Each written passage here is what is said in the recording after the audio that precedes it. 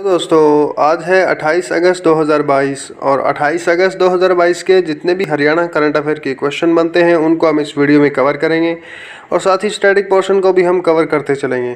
दोस्तों अगर आप चैनल पर नए हैं तो आप चैनल को सब्सक्राइब करें और आपको इस वीडियो की अगर PDF चाहिए तो आपको डिस्क्रिप्शन में टेलीग्राम का लिंक मिलेगा, जहाँ से आप टेलीग्राम ज्वाइन करके इस वीडियो की PDF को डाउनलोड कर सकते हैं। आइए पढ़ते हैं कल का क्वेश्चन जो कि आपसे पूछा गया था। हरियाणा का कौन सा ऐसा ज़िला है जिसके अपने नाम पर कोई भी विधानसभा सीट नहीं है? तो दोस्तों ये हमारा ज़िला था कुरुक्षेत्र, जिसकी अपने नाम से कोई विधानसभा सीट हरियाणा में नहीं है और ये थानेसर विधानसभा क्षेत्र के अंतर्गत आता है। चलिए पढ़ लेते हैं इसका पहला क्वेश्चन। हाल ही में हरियाणा में पंचायती राज चुनाव में किस वर्ग को आरक्षण देने का प्रावधान किया गया है? तो दोस्तों ये वर्ग है BCA वर्ग, जिसमें कहा गया है कि BCA को पंचायती राज के चुनाव में आरक्षण दिया जाएगा। आइए पढ़ लेते हैं इसके बारे में। हरियाणा के पिछड़ा वर्ग A के लिए सितंबर में प्रस्तावित पंचायत चुनावों में आरक्षण दिया जाएगा। पंचायतों की आबादी के हिसाब से BCA के लिए वार्ड आरक्षित होंगे। पूरे प्रदेश में एक समान आरक्षण लागू नहीं किया जाएगा, क्योंकि पंचायतों में इस वर्ग की आबादी अलग अलग है। मुख्यमंत्री मनोहर लाल खट्टर ने गुरुवार को चंडीगढ़ में ये जानकारी दी।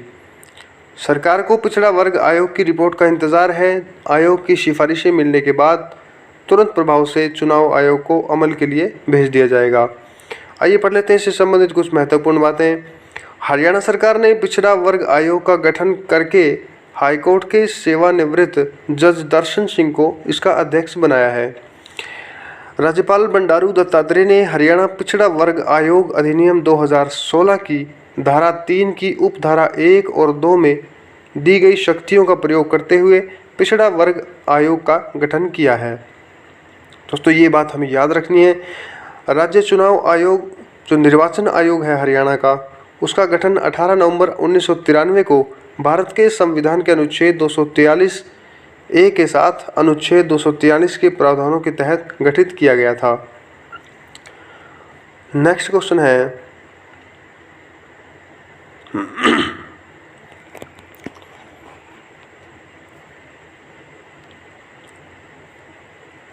आइए पढ़ लेते हैं इससे संबंधित कुछ महत्वपूर्ण बातें।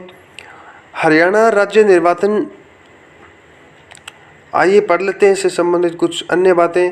हरियाणा राज्य निर्वाचन आयोग का गठन 18 नवंबर 1993 को किया गया था। और दोस्तों वर्तमान में हरियाणा के मुख्य चुनाव आयुक्त हैं श्री धनपत सिंह जी, और इसके मुख्य चुनाव आयोग के जो सेक्रेटरी हैं वो हैं इंद्रजीत सिंह।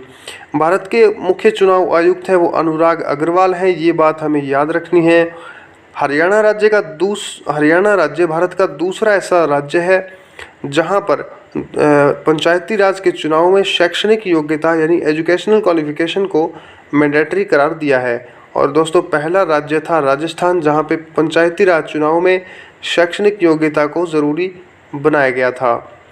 हरियाणा में पंचायती राज में महिलाओं को 50% आरक्षण दिया गया है। और दोस्तों हमें ये भी याद रखना है कि भारत में पंचायती राज का गठन किया गया था 24 अप्रैल 1994 को, और ये 73वें संविधान संशोधन के तहत किया गया था। हरियाणा पंचायती राज अधिनियम 1994 को 1992 में बनाया गया था, लेकिन ये लागू हुआ दोस्तों 22 अप्रैल 1994 को। भारत में पंचायती राज का गठन जो किया गया था वो बलवंत राय मेहता समिति की सिफारिशों के आधार पर किया गया था, और संविधान के भाग 4 में ग्राम पंचायतों का उल्लेख किया गया है। ये बात भी हमें याद रखनी है। नेक्स्ट क्वेश्चन है, हरियाणा सरकार के द्वारा किस फसल की बागवानी पर 1,40,000 रुपये की सब्सिडी दी जाएगी?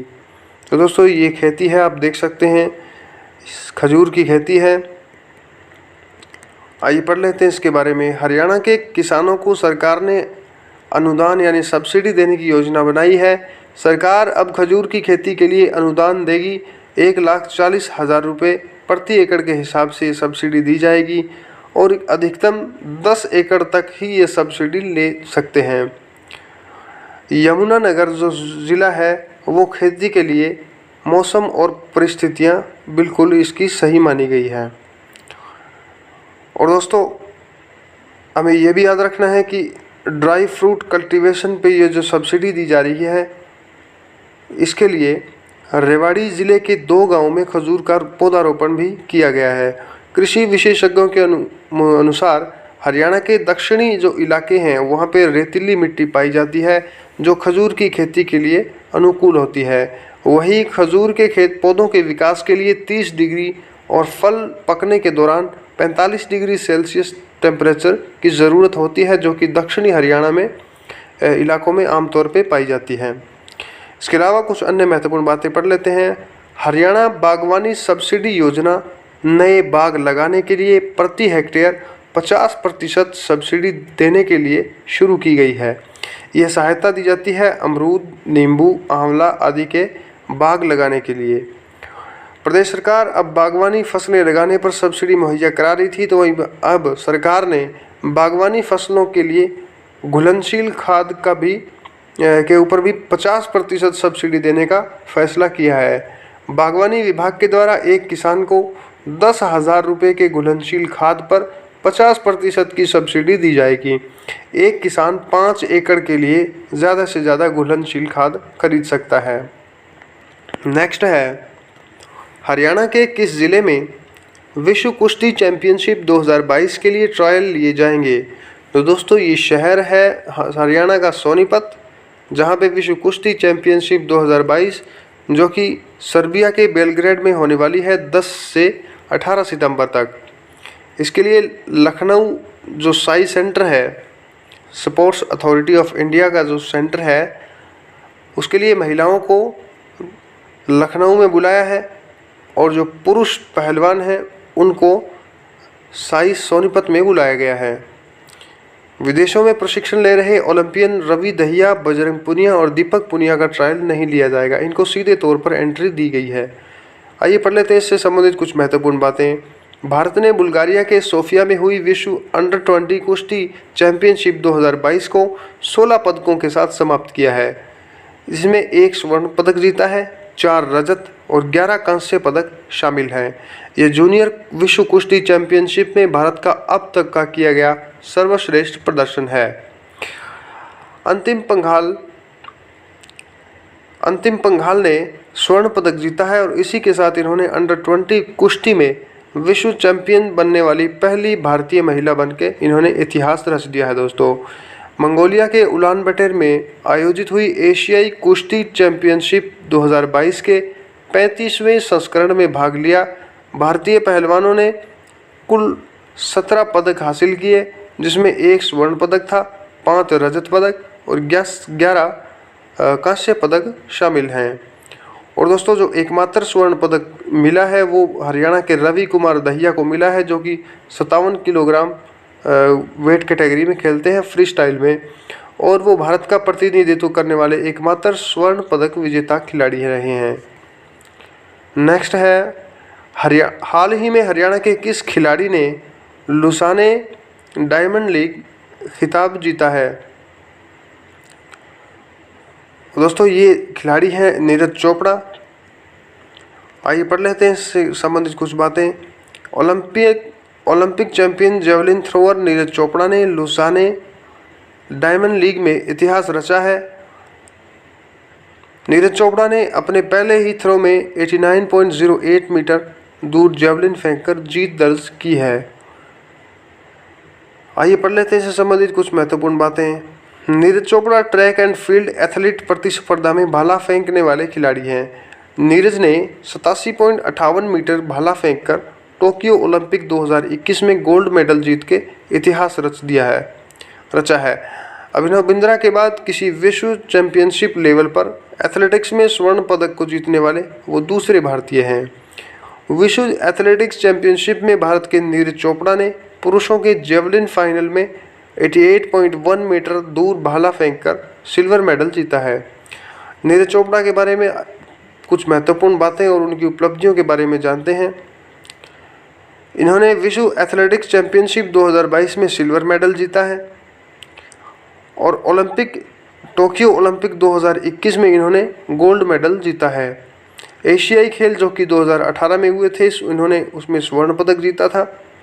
राष्ट्रमंडल यानी कॉमनवेल्थ गेम्स 2018 जो कि गोल्ड कोस्ट ऑस्ट्रेलिया में हुए थे, उसमें उन्होंने स्वर्ण पदक जीता है। एशियाई एथलेटिक्स चैंपियनशिप 2017 में स्वर्ण पदक जीता है। विश्व अंडर 20 एथलेटिक्स चैंपियनशिप 2016 में इन्होंने स्वर्ण पदक जीता है। दक्षिण एशियाई खेल 2016 में स्वर्ण पदक जीता। एशियाई जूनियर चैंपियनशिप 2016 में इन्होंने रजत पदक जीता है। आइए पढ़ लेते हैं नेक्स्ट क्वेश्चन। हरियाणा की किस महिला को राष्ट्रीय शिक्षक पुरस्कार 2022 से सम्मानित किया जाएगा? दोस्तों ये हरियाणा की अंजू दहिया हैं, जिनको राष्ट्रीय शिक्षक पुरस्कार 2022 से सम्मानित किया जाएगा। शिक्षा के क्षेत्र में किए गए सराहनीय कार्य को देखते हुए शिक्षा मंत्रालय ने प्रोफेसर अंजू दहिया को राष्ट्रीय शिक्षक पुरस्कार के लिए चयनित किया है। राष्ट्रीय शिक्षक दिवस पर उनको राष्ट्रपति द्रौपदी मुर्मू सम्मानित करेंगी और ये दोस्तों हरियाणा की एकमात्र प्रोफेसर हैं, प्राध्यापिका हैं, जिनको राष्ट्रीय शिक्षक पुरस्कार के लिए चयनित किया गया है। राष्ट्रपति द्रौपदी मुर्मू ने स्कूली शिक्षा में उनके अद्वितीय योगदान को सम्मानित करने के लिए 5 सितंबर को चयनित 46 शिक्षकों को 2022 तक राष्ट्रीय पुरस्कार प्रदान करेंगी। आइए कुछ महत्वपूर्ण बातें पढ़ते हैं। दोस्तों राष्ट्रीय शिक्षक पुरस्कार ये हम मनाते हैं डॉक्टर सर्वपल्ली राधाकृष्णन के जन्मदिन के उपलक्ष्य पर, जिनका जन्म हुआ था 5 सितंबर को, और 5 सितंबर को उनके जन्मदिन को ही हम शिक्षक दिवस के रूप में मनाते हैं। और दोस्तों इसकी शुरुआत 1958 यानी 1958 में की गई थी। और दोस्तों शिक्षक सम्मान समारोह में पुरस्कार प्राप्त करने वाले प्रत्येक व्यक्ति को, प्रत्येक शिक्षक को एक प्रमाण पत्र दिया जाता है और अंकित नाम के साथ 40 ग्राम का सिल्वर मेडल और 50,000 रुपये का नकद पुरस्कार भी दिया जाता है। दोस्तों हमें ये भी याद रखना है कि ये पुरस्कार किस मंत्रालय के तहत दिया जाता है। ये मानव संसाधन विकास मंत्रालय हर साल 5 सितंबर को राष्ट्रीय लेवल पर शिक्षक सम्मान समारोह का आयोजन करवाता है।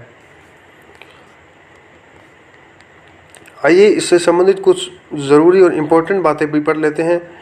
दोस्तों हमें ये बात याद रखनी है कि राष्ट्रीय शिक्षक दिवस हम 5 सितंबर को मनाते हैं, लेकिन विश्व शिक्षक दिवस हम 5 अक्टूबर को मनाते हैं। और दोस्तों राष्ट्रीय शिक्षा दिवस, नेशनल एजुकेशन जो दिवस है, वो हम हर साल 11 नवंबर को मनाते हैं और ये दिवस होता है भारत के पहले शिक्षा मंत्री मौलाना अबुल कलाम आज़ाद की जन्मदिन के उपलक्ष्य में हम इसको मनाते हैं। 11 नवंबर को वे स्वतंत्र भारत के पहले शिक्षा मंत्री थे। उस समय शिक्षा मंत्रालय मानव संसाधन विकास मंत्रालय में मर्ज हुआ करता था। मौलाना अबुल कलाम आज़ाद के जन्मदिन के उपलक्ष्य में 11 सितंबर 2008 को राष्ट्रीय शिक्षा दिवस मनाने की घोषणा की थी और 2008 से ही दोस्तों 11 नवंबर को बिना छुट्टी लिए राष्ट्रीय शिक्षा दिवस के रूप में मनाया जाता है। दोस्तों पढ़ लेते हैं आज का सवाल, जिसका जवाब देना है आपको कमेंट बॉक्स में। ब्रह्म सरोवर तीर्थ निम्न में से किस स्थान पर स्थित है?